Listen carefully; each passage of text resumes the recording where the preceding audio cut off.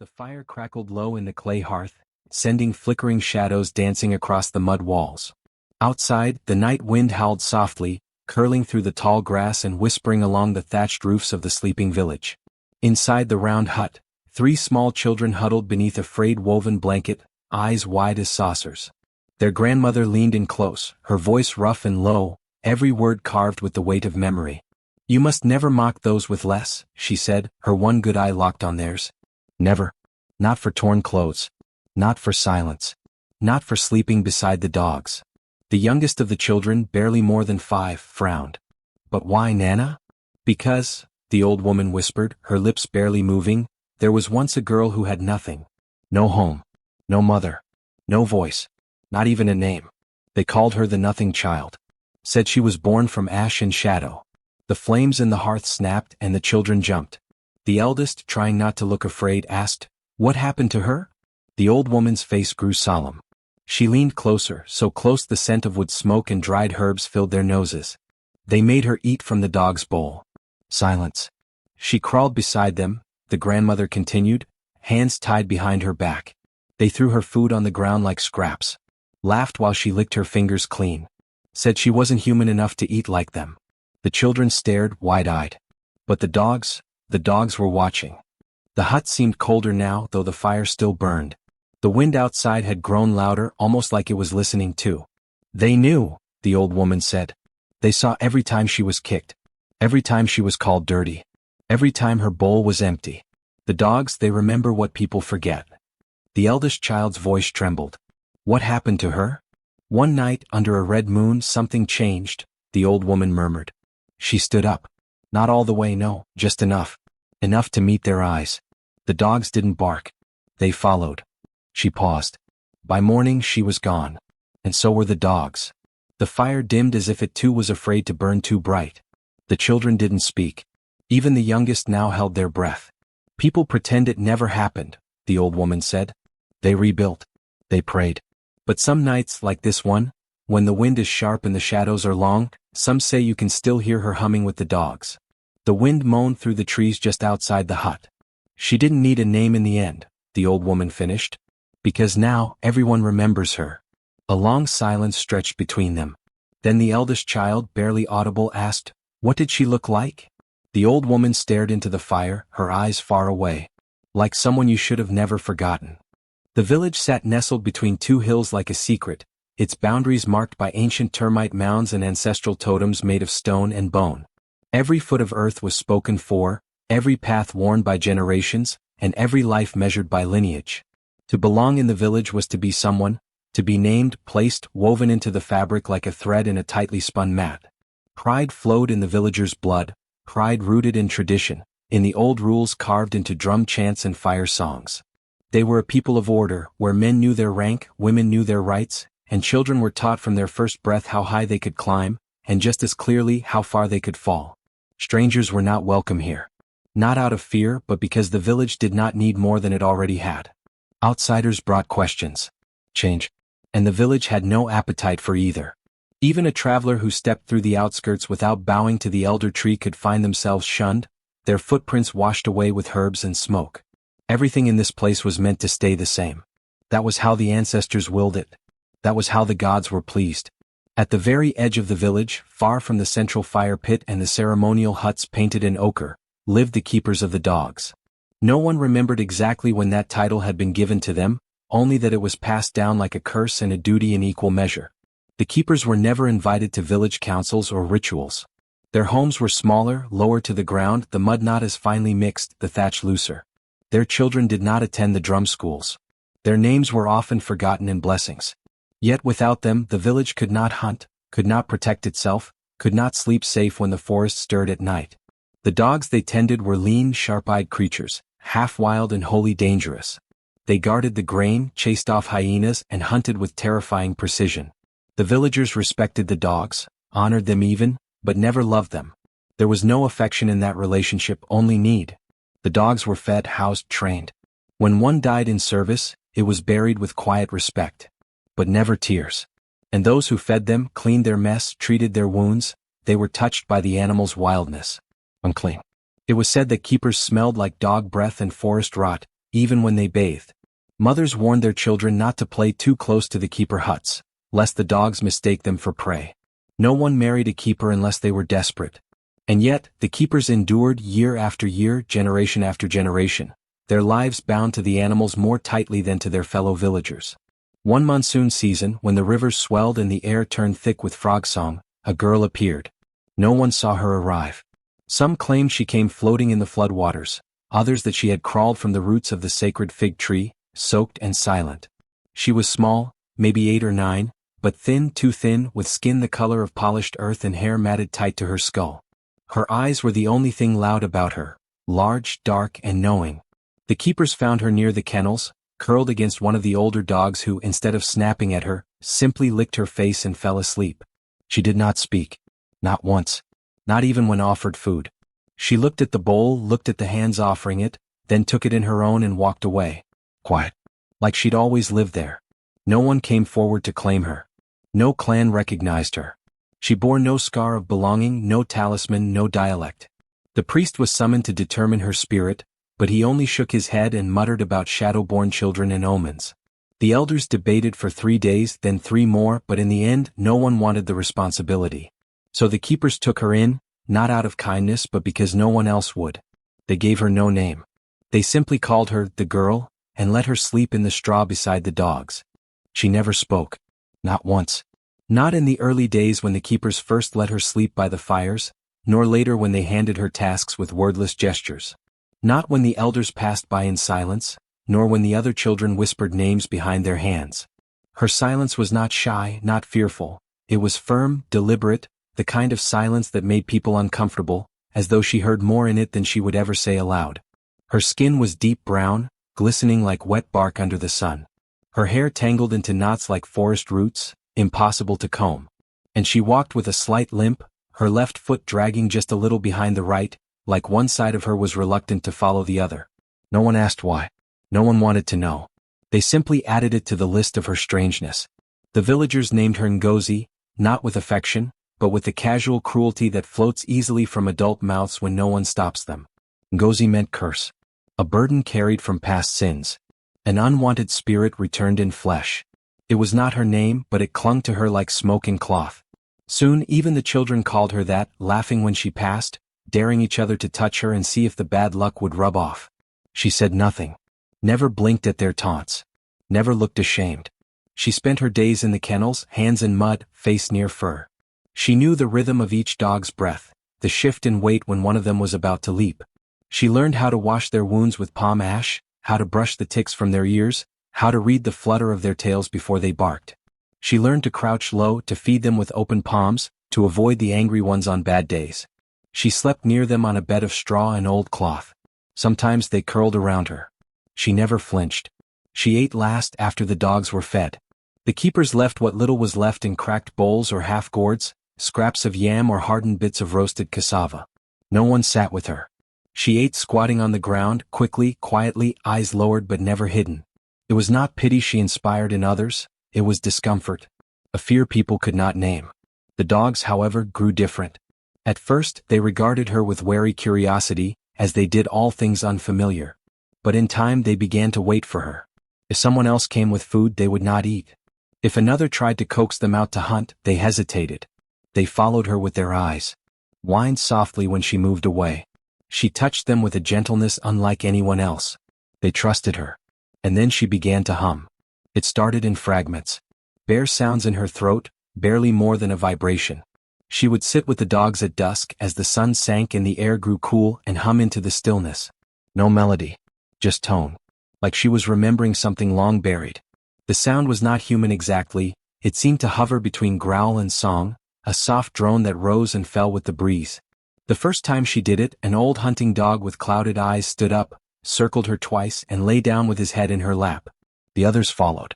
Within weeks they were gathering around her at sunset, heads bowed, tails still. The keepers watched, unsure. They said nothing.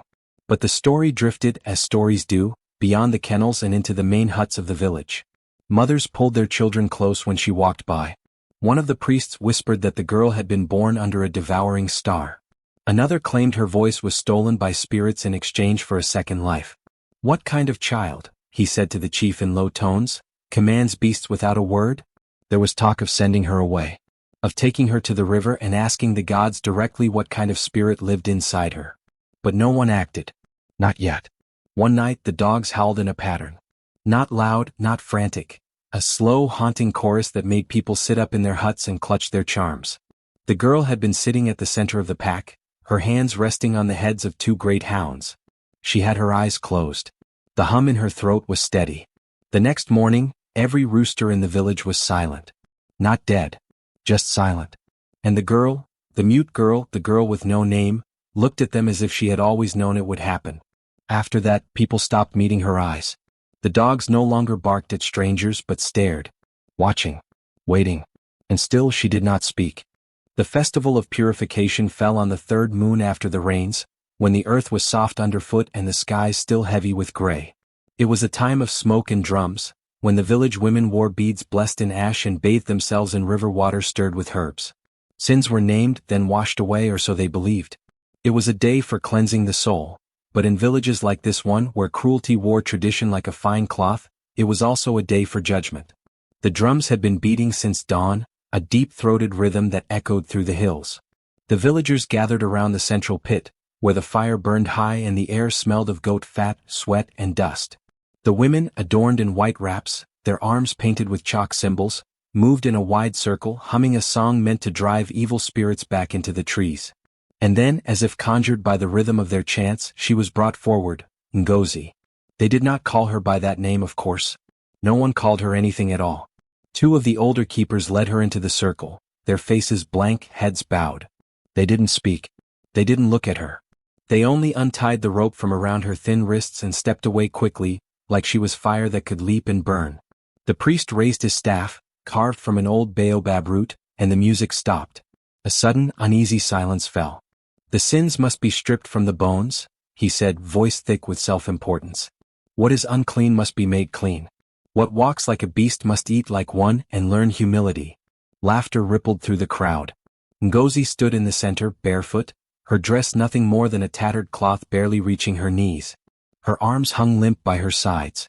Her face was unreadable. The priest turned to the chief's daughter, a girl named Adan whose skin gleamed with oil and who always smiled with too many teeth. Adan stepped forward, holding an old clay dog bowl, chipped, blackened, crusted with the grease of 100 meals. She made a show of sniffing it and wrinkling her nose. Fitting, she said loudly enough for all to hear. Even the dogs have better bowls now. The crowd roared with laughter. She bent, placed the bowl on the ground in front of Ngozi, and with exaggerated flair, tossed a chunk of raw meat into it. It landed with a sickening slap. Blood pooled at the edges. Eat, said the priest. Cleanse what stains the air around you. Ngozi did not move. Two women pushed her from behind, hard enough to make her fall. Her knees struck the earth with a thud and dust rose in a cloud. The crowd cheered. More meat was thrown into the bowl. Someone called out, "She's probably eaten worse." Children pointed. Some clapped. The priest raised both arms.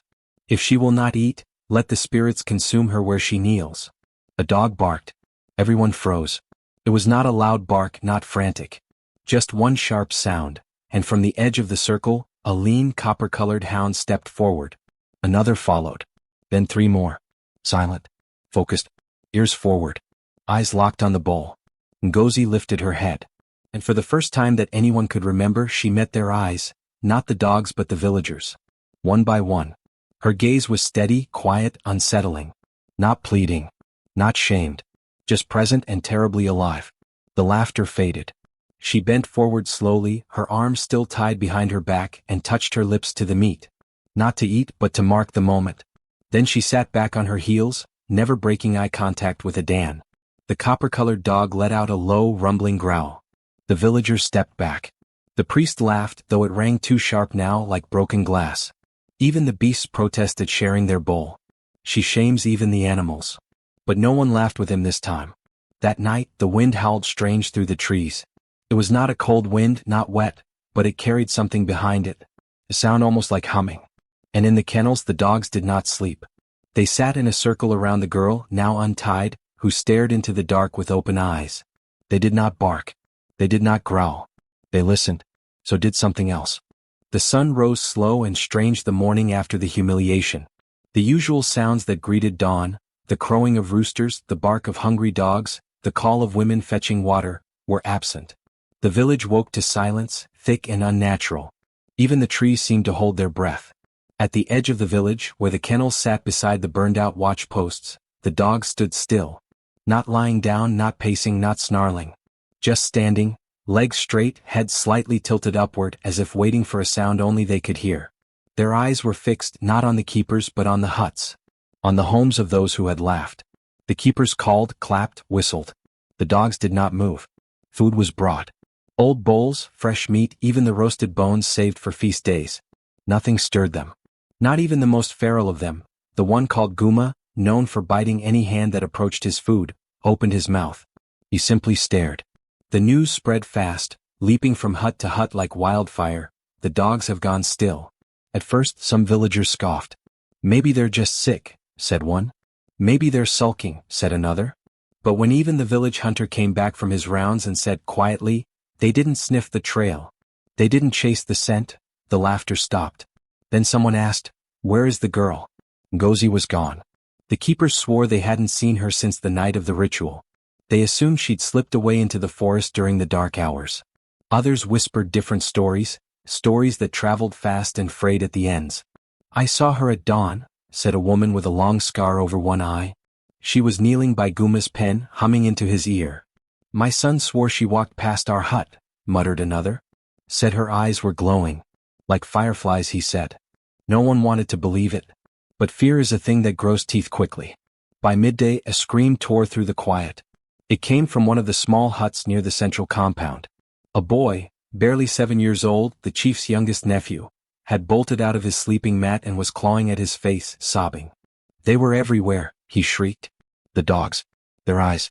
Her eyes. She was walking with them. They didn't bark, just followed her."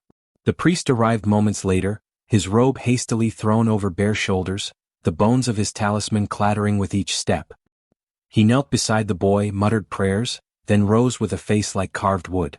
"We must cleanse the village," he said grimly. "This is what comes from letting unclean spirits walk among us." "What about the girl?" someone asked. "She is no longer a girl," the priest replied. "She has become what she truly is, a shadow with a name." The chief, who had not spoken all day, now stood at the doorway of his hut. His face was drawn, mouth dry, eyes darting like those of a hunted animal. "Find her," he said. "Find her before night falls." But no one moved. No one wanted to be the one to step beyond the huts into the forest, where the trees suddenly felt older and the wind carried strange music. Even the warriors, armed with blades and charms, hesitated. That night, a fire was lit in the central square, and the priest led a ritual. Ash was smeared across foreheads. Bitter herbs were burned. Chants rose into the sky, old songs meant to banish wandering souls and call down favor from the ancestors. But the dogs did not howl. Not once. They remained still, watching, waiting, and the air tasted like iron. The night arrived heavier than usual, as if the sky had sunk lower to press its weight on the village. Smoke from cooking fires clung stubbornly to the air, and even the stars seemed to retreat behind a veil of thick cloud. The forest that framed the village edge swayed without wind, its branches twitching like they held their own breath. When the blood moon rose, vast, swollen, and the color of old wounds, people gathered at doorways and stared. Superstition buzzed low in their throats. Blood moons were rare. Blood moons meant change. Birth. Revenge. Still no one dared speak of Ngozi. In the kennels the dogs stirred. At first a whimper. Then a low growl, spreading like a pulse through each enclosure. Not the sound of hunger. Not pain. A sound older than words, the sound of remembering. One dog barked once, sharp and clean. Another followed. Then they all began to howl. Together. One long, trembling chord of sound. It rolled through the village like smoke. Doors slammed. Lamps were doused. Children pulled blankets over their heads. Then silence. The kind of silence that breaks bone. And then, the cracking of wood. The first kennel gate splintered as if struck by unseen hands. Hinges twisted. Iron gave way. The dogs did not charge. They stepped out in slow formation, eyes alert, heads lowered, moving as one body with many limbs. The keepers, who slept in the straw behind the enclosures, rose with trembling hands but said nothing. They watched the dogs pass like spirits through mist, paws making no sound on the dirt paths. The first house belonged to the butcher's wife, the one who had thrown the meat into the bowl and laughed loudest. She awoke to the sound of scratching, not frantic but measured like fingers drumming against her walls. Then came the growl, deep guttural inside the house. She never screamed. Not once. When neighbors gathered at dawn, they found blood leading from her doorway into the woods. Nothing more. Next was the hut of the young man who had spat on Ngozi's dress. The dogs did not growl this time. They waited outside. One let out a soft, high-pitched yip. He stepped outside in a daze, face blank as sleep. They circled him. He whispered something, then silence. Only his feet remained. Then came the chief's compound. Guards stood ready, charms strung around their necks, spears in hand. But when the dogs arrived, their weapons felt like toys. The guards dropped them. Ran. Inside, the chief trembled on his mat. The priest stood near the door, chanting louder than before, his voice cracking like old wood. Ash smeared across his cheeks dripped in streaks of sweat. But the dogs did not enter yet. They waited. For her. From the edge of the shadows, she appeared. Barefoot. Ngozi. Her skin gleamed in the moonlight like obsidian washed in water. Her hair clung in wild tendrils to her face. She did not speak. Her lips remained closed, but her throat pulsed with something. A sound not quite a hum, not quite silence. The chief's daughter, Adan, was the first to see her. She screamed, a ragged ripping sound, and turned to run. But the dogs had already moved. They surrounded her near the fire pit, their bodies forming a wall of fur and teeth. She fell, sobbing. Please, she cried. Please? The dogs did not move. Ngozi stepped forward. In her hand she carried a dog bowl. The same one. The chipped clay still bearing the ghost of dried blood. She knelt beside it, reached into her dress, pulled out a piece of raw meat, red, fresh, glistening. She placed it gently in the bowl. The dogs did not pounce. They waited. Ngozi rose slowly, stepped back, and with one nod, one almost imperceptible tilt of her chin, the dogs descended. Their teeth moved like knives through cloth. The screams returned, sharper this time, cut short in sudden silence. The priest tried to flee. He made it to the edge of the square before the largest of the dogs, Guma, blocked his path. The priest fell to his knees, clutching his staff. I cast you out, he whispered. I cast. Guma growled once. The staff snapped in half. So did the priest. The chief had locked himself inside his chamber, the door barred with planks and prayers. He whispered his daughter's name over and over, like it might protect him. When the door creaked open, not shattered, just opened, he saw her. Ngozi. She did not step inside. She simply stood there watching. Behind her the dogs waited. The chief began to weep. I didn't know, he choked.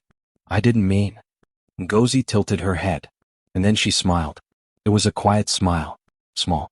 Almost kind. The dogs walked past her. The door closed behind them. And the screams began again. By morning the village square was quiet. The kennels were empty. Ngozi was gone. But every bowl was clean. Not one trace of blood. As though the dogs had simply eaten their fill and left. The keepers, silent, began sweeping the ashes. And from the forest came a single clear hum, like the echo of a girl's breath, carried by the trees. By the time the first light crept over the trees, painting the sky in gray and smoke-smudged rose, silence had returned to the village. But it was not the peaceful quiet of dawn, it was the kind of silence that follows destruction, when even the wind holds back its breath in mourning. Ash floated down like snow. Half the huts had burned during the night, some in flames, others collapsed under mysterious collapse as if swallowed by the earth. The temple was nothing more than a blackened rib cage of wood and stone. Where the altar once stood, there was only a cracked pit, still glowing faintly with embers. The scent of blood clung to the air, but there were no bodies. No bones. No teeth. No trace of the dogs that had brought the night to its knees. And none of the keepers remained either. Their sleeping mats were undisturbed. Their few belongings, wooden ladles, chipped bowls, the charms they wore against their caste, all gone. It was as if they had vanished with the wind. The few who survived, the ones who had not laughed, who had not mocked, emerged slowly from the corners of the village. Their faces were hollow, coated with soot and disbelief. One of them found the chief in the center of the square, crouched in a fetal curl beneath the fallen statue of the harvest god. His hair was singed at the ends, his fingernails crusted with dirt, and his mouth hung open in a breathless whisper. When they touched his shoulder, he flinched like an animal. "We ate like gods," he murmured. "But she fed the gods herself. They tried to lift him." He screamed. Not words, just sound. As if language had been stolen from him in the night. No one spoke of the priest. There was nothing left of him to bury. Stories bloomed like weeds among the ruins. Every survivor had a different version. One woman swore the dogs walked upright in the moonlight, their paws silent, their eyes glowing. A boy claimed he heard them speaking in unison, their voices like thunder, echoing one name again and again. Others said they had seen the girl, barefoot, calm, moving among the flames without being touched. But no one denied what they saw etched into the old kennel door. The door had not burned, though the surrounding wood was scorched black. Its surface was carved deep, the letters uneven but deliberate, as if shaped by a trembling hand or a careful claw. Ame, the one who watches. The villagers stood in front of it, saying nothing. None of them remembered giving her that name. But it fit her, somehow, fit the way she had watched the world from behind quiet eyes, had watched cruelty without reply, had watched dogs who watched her back. The door stood like a shrine. Some wanted to tear it down, to forget. Others began to leave offerings beneath it. Bowls of food, strands of woven grass, small stones from the river. Not out of love. Out of fear. Respect. Confusion. By midday, a strange peace had settled. The fires were out. The air was thick with mourning, but no one cried. It was as if the village itself had aged in a single night, every wall and tree now carrying a weight that would never be spoken aloud. No one dared speak her old name again. Ngozi was dead, if she had ever truly lived. But in the forest beyond the last hut, a footprint remained in the soft mud. Small. Bare. Facing away from the village toward the deeper trees. And nearby, lying in the grass, was a dog's tooth, bright, clean, still warm. Years passed, and the village tried to move on, though its heart had been carved hollow by that night of teeth and fire. The story became a whisper passed between the elders and the wind, not told during the day, only in the hush of twilight, when the shadows grew long and the trees leaned in to listen. Children grew up knowing never to shout at a dog. Never to throw stones at a stray. Parents no longer spoke of punishments or discipline when it came to the creatures that had once obeyed human command. Now they were spoken of as watchers, protectors, reminders. The kennels were never rebuilt. The dogs had not returned, but their absence loomed larger than their presence ever had. Outside the village, just beyond the treeline where the soil turned dark and rich, a crude shrine began to take shape. It wasn't built all at once. No one ever claimed to have started it. Some said a child placed the first stick in the ground after dreaming of a girl with dark skin and gold-ringed eyes. Others said an old keeper, returned from the woods, whispered prayers into the bark of the trees and marked a circle of stones with ash. But over time it became something real, a structure made of branches and twine, shaped roughly like a dog's head. Its ears were long and pointed, its eyes carved into wood, and its mouth open as if mid-growl, or perhaps mid-song. Around it, bowls were laid in a wide ring. Not for human use. These were feeding bowls, smooth clay hand-shaped. Every year, during the thickest heat of the dry season, the villagers brought offerings. They came quietly. No drums. No songs. Only silence and meat. Each family left something. A strip of goat belly, smoked fish, the innards of chickens, even wild honey. The bowls were placed one by one, and the people backed away without turning their backs. By morning the bowls were always empty. Sometimes licked clean. Sometimes broken as if crushed by powerful jaws. No one questioned it. The shrine grew over time. Bones were added. Not human, never human, but long, curved ribs of forest antelope or wild hogs. They were arranged in a careful arch behind the dog's head, forming something between a crown and a gate. Children played near the edge but never crossed the circle of stones around it. Even the boldest boys stopped at the invisible line. They could feel it, a presence, an old breath waiting in the trees. The dogs came back, but not to the village. They came to the shrine. At first, one or two. Then more. Strays, feral things, some thin with hunger, others thick with muscle and scars. They circled the shrine like monks in prayer. They did not bark. They did not chase. They watched. Villagers said they belonged to her now. Some swore they had seen her, the girl from the old story, Ame. They said she looked the same, unchanged despite the years. She would walk barefoot through the trees, always at dusk, her hand trailing across the backs of the wild dogs. She never looked at people directly, only passed by, her throat humming a quiet vibration that echoed in your bones. She was always alone, yet never without company. Illness came to those who forgot. A farmer beat his ox for stepping on his foot, and 2 days later his tongue swelled until he could no longer speak. A woman threw a rock at a puppy for stealing her yams. She woke the next morning blind in one eye. They were warnings, not curses. That's what the elders said. Warnings from the one who watched. When the rains came each year, the water never entered the shrine. Even when the fields flooded and the roads became rivers of mud, the space around the dog's head remained dry, untouched. The villagers began to believe it was not simply a shrine, but a boundary, a gate between the world of men and something older. Children born after the Night of Shadows grew up knowing the story not as history, but as warning and lesson. Kindness to the low keeps the high from falling, the elders would say. And the quiet ones hear the loudest. One elder, old enough to remember the fire, spoke on his deathbed. His breath was shallow, his lips cracked. His family gathered around him, waiting for a final prayer.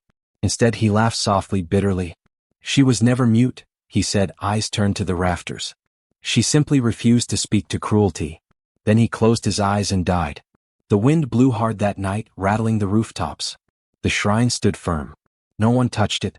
And from the forest, faint but unmistakable, came a low, steady hum, like the soft breath of a girl curled beside her dogs, watching. Always watching. He arrived barefoot, his robes the color of worn earth, a staff slung over his shoulder like a question. The children spotted him first, limping slightly along the dusty path that led into the village. He carried nothing but a calabash tied to his belt, a long string of carved beads, and a voice that made the dust pause. He was a griot, one of the wandering poets who held history in their tongues, who carried the memory of the land when parchment would not. His hair was gray, his skin dry like bark, but his eyes gleamed with the mischief of someone who knew too much. They offered him a seat beneath the shade tree as custom demanded. They fed him a yam cake and water, watched as he sipped and waited, wondering what story he might carry. When he began to hum, several of the elders tensed. They recognized the rhythm. The children leaned forward, listening. Then he sang, not loudly, not boldly, but in a voice like woven thread. A story told not with grandeur but with the weight of something sacred. She fed the gods without a word. With cracked hands and broken knees. They threw her low to make her small. But the dogs stood tall beneath the trees. In silence she carved their shame. Not with blade but with a breath. Now they offer bowls to shadows. And remember, kindness saves from death. The words were too close, too sharp. The villagers stiffened. One of the elders stood, voice shaking. We do not speak of such things, he warned. The griot looked up, unbothered. Then why does the shrine still stand? No one answered. They asked him to leave by sunset. He did not argue. But the children followed him for miles, tugging at his robe, asking for more. And he gave it freely, more verses, more riddles, always ending with the hum. The hum that called to wild dogs in the hills, to memory buried under guilt. By the time the griot reached the next village, the tale had already begun to root itself. A farmer's daughter there had heard whispers of it before, something about a girl and a blood moon. Now the words had melody, rhythm. A warning and a balm. Soon, other villages began to adopt small customs. Meat left at crossroads. Bowls painted with symbols no one claimed to understand. Girls who didn't speak were no longer feared, they were treated with caution, reverence. The idea spread like dry grass fire, the quiet ones saw the most. The tale transformed. No longer was it a story of wrath or ghosts. It became something deeper, the shape of justice that doesn't roar, only waits. They stopped calling the girl by her shame name. In the griot song she had no name at all. She was the one who did not bow, the hand that fed first, the silent root. A village elder, once defiant, now kept a bowl outside his hut, not for himself, not for gods, but for any dog that passed. When asked why, he simply said, to remind the sky I learned.